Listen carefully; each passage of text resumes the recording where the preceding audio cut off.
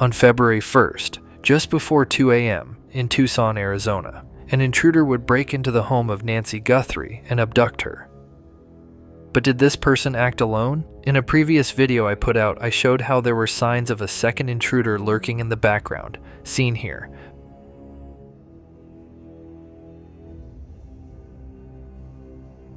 But in today's video, I'm going to show even more proof that I believe a second intruder was seen on camera.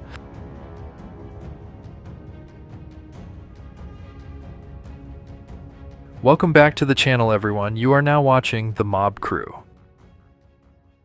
Tucson again tonight. Tonight, with the search for Nancy Guthrie now entering its third week, and with the country still praying she's found, her daughter Savannah is making a direct appeal to the person who took her mother. 2 weeks of pain evident on Savannah's face. And I wanted to say to whoever has her or knows where she is that it's never too late. Consistent to what we were told by the family, that Nancy was dropped off at home, and we know that because we have a garage door open at approximately, I can't stress that enough, at approximately 9:48 p.m. At 9:50 p.m., that garage door closes, which is that time we assume that Nancy's home and probably going to bed.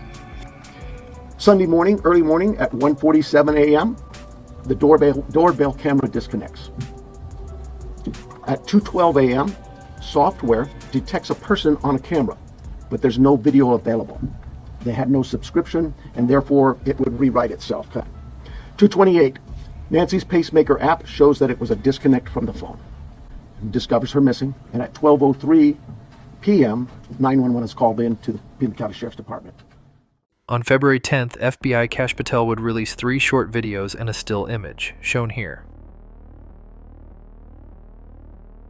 But when comparing the still image to the video, we can see that this person is not wearing a backpack, nor the holstered gun. So the big question is, was this the same intruder, taken from the same night? And if so, when was this still image taken? If you look closer, you will notice that the archway and the tile don't quite match up. And no, neither the video or the image has been altered in any way. I believe this still image likely came first. And here's my theory on why that is. Here is a short video by Megan Kelly, who did an experiment with the same kind of Nest camera. Watch this. Watch. Okay, Megan, I've installed the Nest doorbell camera on our door to the garage here. And what's interesting is it comes with a little tab, just a little flat tab, almost like a tip of a screwdriver, really. And that's how you remove it from the top. So you just push down and it clicks right off. Now notice, when the guy handled the Nest camera, it moved its view ever so slightly. This is important for later. There it goes. So it pulls right off that way, and that's how you take it off to charge it, because it is battery powered. It needs to be charged every so often. There's no wires here. And you'll see this plate looks exactly like the one that you see on the house at Nancy Guthrie's house and all the news videos. So it's the same model. And to put it back, you just click it on the base. The question is, how do you get it off without the tab? And I was excited because you said we could smash this if we wanted to, and you'd pay for it. But you don't need to do that. You actually, just with a little bit of force, you can pull it right off. And the base is still there, undamaged. And actually, this camera is still recording. So if I take this and throw it or put it in my bag, it's still going to be recording for a little bit longer. So I got to think there's still video of that they haven't recovered that might show a different angle of things that we haven't seen. There's no evidence that it was damaged on the front porch. So my guess is it was just taken out of Wi-Fi range, and that's why it disconnected. Or they could have turned her Wi-Fi off. But So remember how I mentioned that the still image versus the video seemed off, where we can see that the archway and the tile on the floor do not line up, shown here.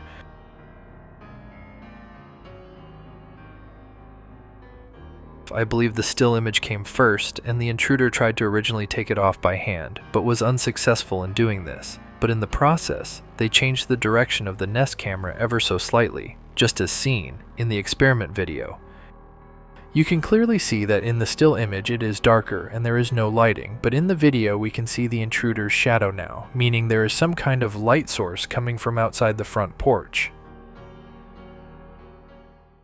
I will now go over my theory that there is proof that there were indeed 2 intruders caught on the Nest camera. But before I do that, I need to break down all the videos and the still image in the order of events. This will be very important as to why I think the FBI and other agencies might be withholding certain information from the public. So here is the 3 videos and image released by the FBI. Now here they are in the order I believe they happened, and pay close attention. So we have the still image that I believe came first, where I believe they first attempted to take the camera down but was unsuccessful. Then we have the intruder coming back with more tools, but this video is very short. Then it cuts to the intruder trying to block the camera, then walking over to the brush. And this is very important, as just before this video cuts, something gets his attention. At the same time we see something in the background.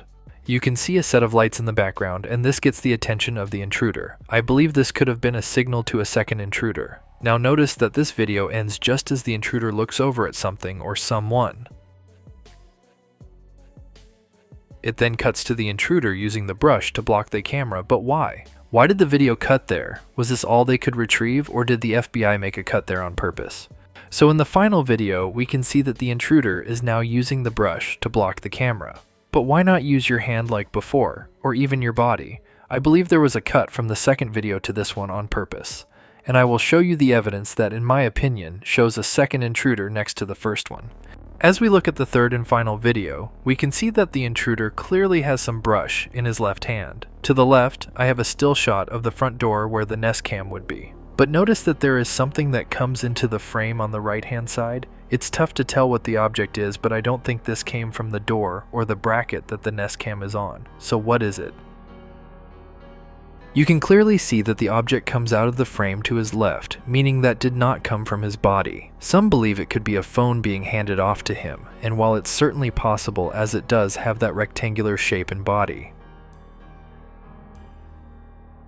I do also wonder if it is some kind of tool that is being handed off to him by a second intruder. It's also possible that while the first intruder is blocking the camera, a second one is taking the camera off. You can even see that his right hand is to our top left, so it would be impossible for him to be handed something to himself. Let me know what you think in the comments below. Do you think this is potential proof that there was a second intruder next to the first one? Also, if you missed this video about the light source in the background, please check that out next.